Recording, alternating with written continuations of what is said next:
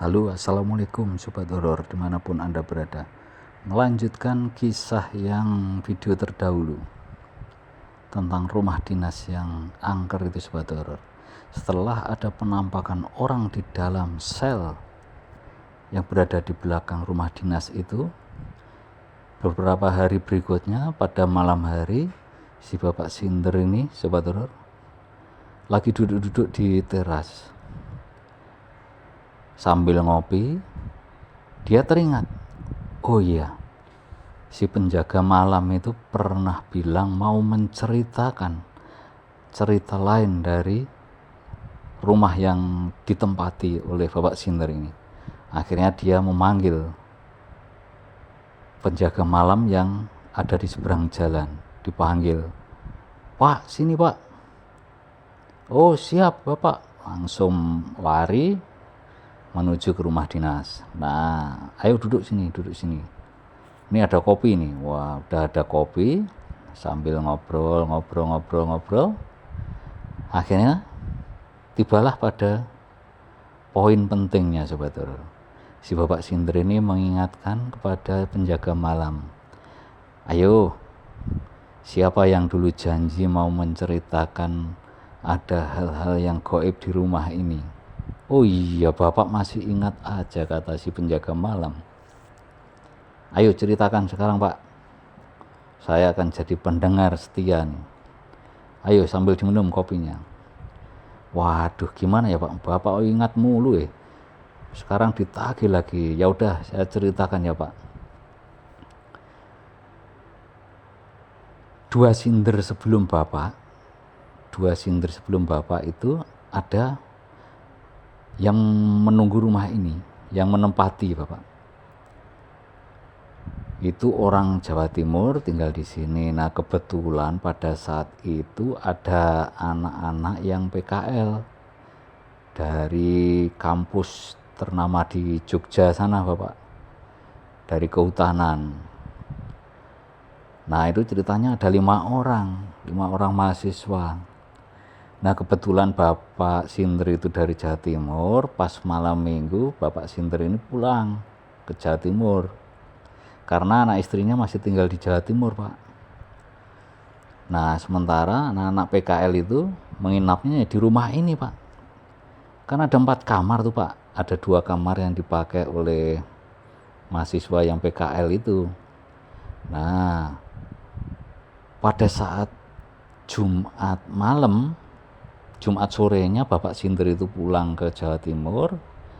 Malamnya 5 mahasiswa ini duduk ya di teras ini Bapak. Duduk posisinya persis seperti kayak kita ini. Duduk di teras ini, ada ya mereka kongko lah, ngobrol. Pada saat itu saya posisi keliling Bapak. Keliling. Muter ke rumah dinas mandor yang ada di bawah sana. Nah, ke-5 mahasiswa ini lagi asik ngobrol dan ada yang mainan gitar. Tiba-tiba mendengar suara seperti ada sekelompok rombongan, satu rombongan baris berbaris, satu regu itu loh Bapak. Satu regu baris berbaris. Nah, satu regu baris baris ya terdengar gerak kakinya aja. Terus gimana dong? Suara itu terus mendekat Pak.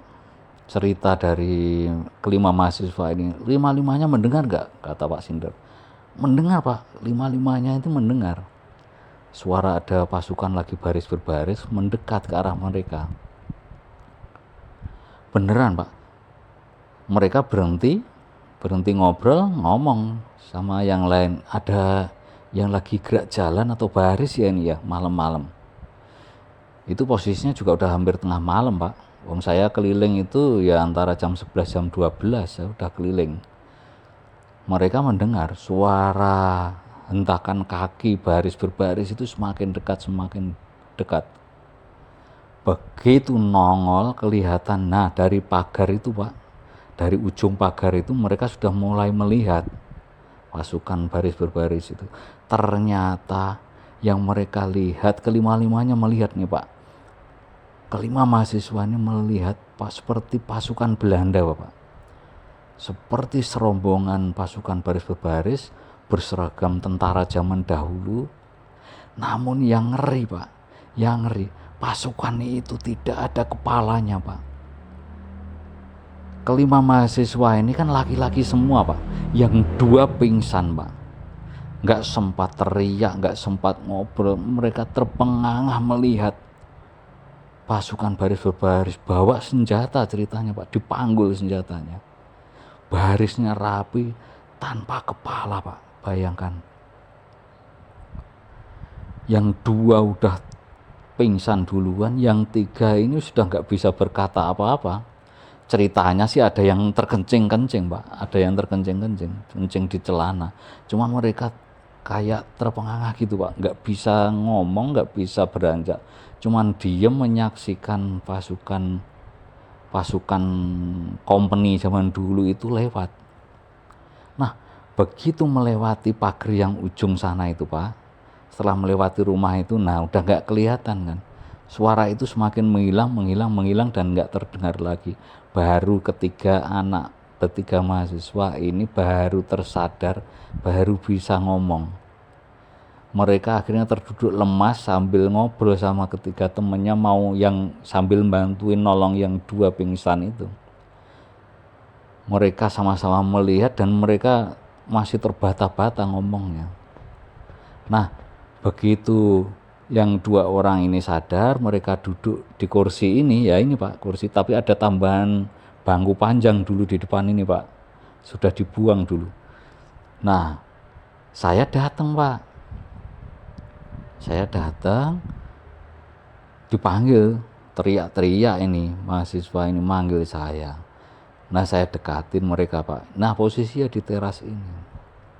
Mereka menceritakan apa yang barusan mereka lihat, Pak.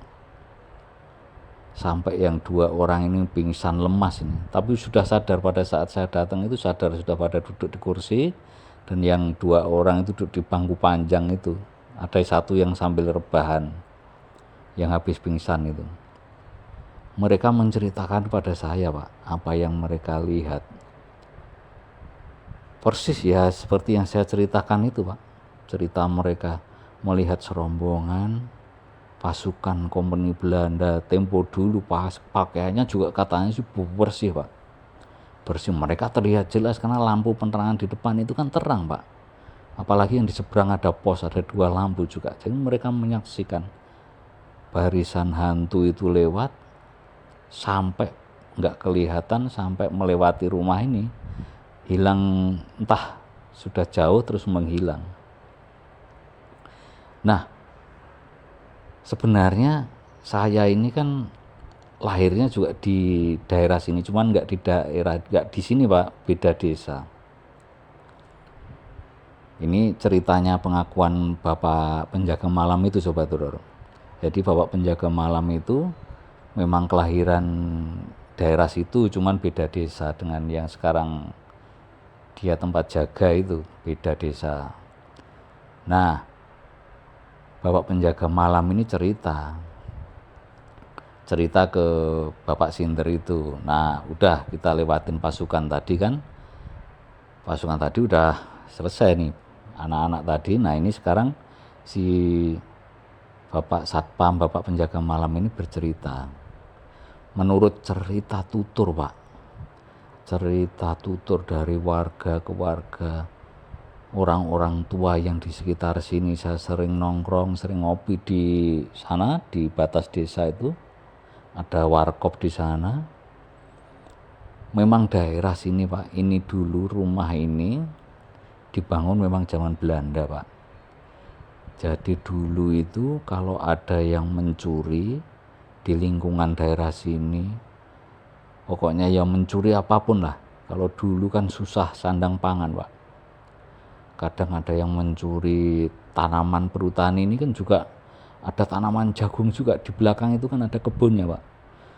Kalau ada yang mencuri kayu juga gitu, ditangkap sama Polhut, nanti ditahan di itu, Pak, di penjara belakang itu yang dijadikan gudang itu, Pak. Nah, kenapa gudang itu kosong, Pak? Itu juga ada ceritanya, Pak. Yang ada penjaranya terali besi itu ada cerita dulu juga, Pak. Jadi pada saat dulu itu dijadikan gudang oleh, nggak tahu, lupa saya, Pak, kata si Pak penjaga malam ini, kata Sinder yang dulu itu yang menempati rumah ini itu pernah dipakai gudang. Tapi nggak lama, Pak, nggak lama dijadikan gudang, gudang itu terbakar, Pak. Kebakaran loh, itu kan jauh dari dapur, Pak, tahu-tahu kebakaran. Dan gudang itu, penjara itu kan nggak ada orang bisa masuk ke situ kecuali harus masuk lewat rumah ini toh, Pak. Iya, iya, iya, mustahil ya kalau kebakaran. Mungkin konslet kali, Pak, ada listrik yang konslet. Nggak ada, Pak, orang itu juga kabelnya cuman lampu penerangannya juga kabel satu aja kok, kabel lampu depan itu. Kalau konslet kan pasti apa, sekringnya listrik juga turun, Pak, jadi off, jadi mati semua. Itu nggak ada apa-apa, Pak, tahu-tahu kebakaran malam. Akhirnya dikosongin sampai sekarang ini, Pak, dan itu dicat rapi terus, Pak, sama Pak Sinder yang dulu-dulu, sampai mau ganti terali besinya itu, penjaranya itu, ruji-rujinya penjara itu nggak ada yang berani, takutnya marah lagi. Makanya sampai sekarang dibiarkan begitu, tapi dicat bersih seperti itu, Pak. Yang ngecat juga saya itu, Pak, kata si penjaga malam. Oke, itu kejadian yang aneh lagi. Terus cerita-cerita yang mistis lagi ada nggak? Setahu saya ya itu, Pak. Memang sering dulu di sini itu zaman Belanda dulu, katanya sih tempat kumpulnya pasukan-pasukan Belanda itu, yang sering jaga di sini juga kalau malam mereka baris, Pak. Jadi pada malam hari itu sering melakukan baris berbaris pada malam hari. Makanya sampai sekarang seperti itu, Pak. Cuman nggak ada yang tahu kenapa itu tanpa kepala, nggak ada yang tahu, Pak. Saya tanya, habis kejadian itu kan saya tanya ke warga-warga itu, memang dulu ada di situ itu ceritanya mbah-mbah dulu itu dipakai untuk tempat pasukan, ada pasukan yang tinggal di sini, Pak. Cuman kok bisa jadi sekarang tanpa kepala, nggak ada yang tahu. Saya tanyakan. Oh, begitu jadi ceritanya. Jadi masalah ada yang menunggu penjara belakang itu memang benar-benar ada dan nggak mau dibuat apa-apa kan ruangan itu. Iya, Pak, betul. Terus karena ada pasukan Belanda Kompeni tanpa kepala itu juga karena dulu juga ada sejarahnya berarti. Iya, Pak, betul. Tapi nggak ganggu kan selama ini, sindir-sindir yang sini merasa terganggu nggak? Rata-rata ya enggak, Pak. Ya paling kayak bapak itu kemarin setelah tahu itu ya sudah enggak lagi, Pak, enggak diganggu. Oh ya sudah kalau gitu. Yang penting kita enggak ganggu, mereka juga enggak ganggu kita kan. Betul, Pak. Nah, akhirnya sampai malam dan akhirnya selesai perbincangan antara si Pak Sinder dan penjaga malam. Baik, Sobat Horor, itulah akhir dari cerita tentang kisah rumah zaman Belanda yang angker itu, Sobat Horor. Ada penampakan pasukan Belanda, kompeni kolonial Belanda dulu tanpa kepala, baris di depan rumah, dan itu dilihat oleh 5 orang mahasiswa yang sedang PKL di kantor Perhutani itu, Sobat. Baik, sekian dulu, Sobat Horor, kisah cerita mistis ini. Semoga dapat menghibur Anda semua. Bagi Anda yang suka bisa subscribe. Oke, sekian dulu. Wassalamualaikum warahmatullahi wabarakatuh.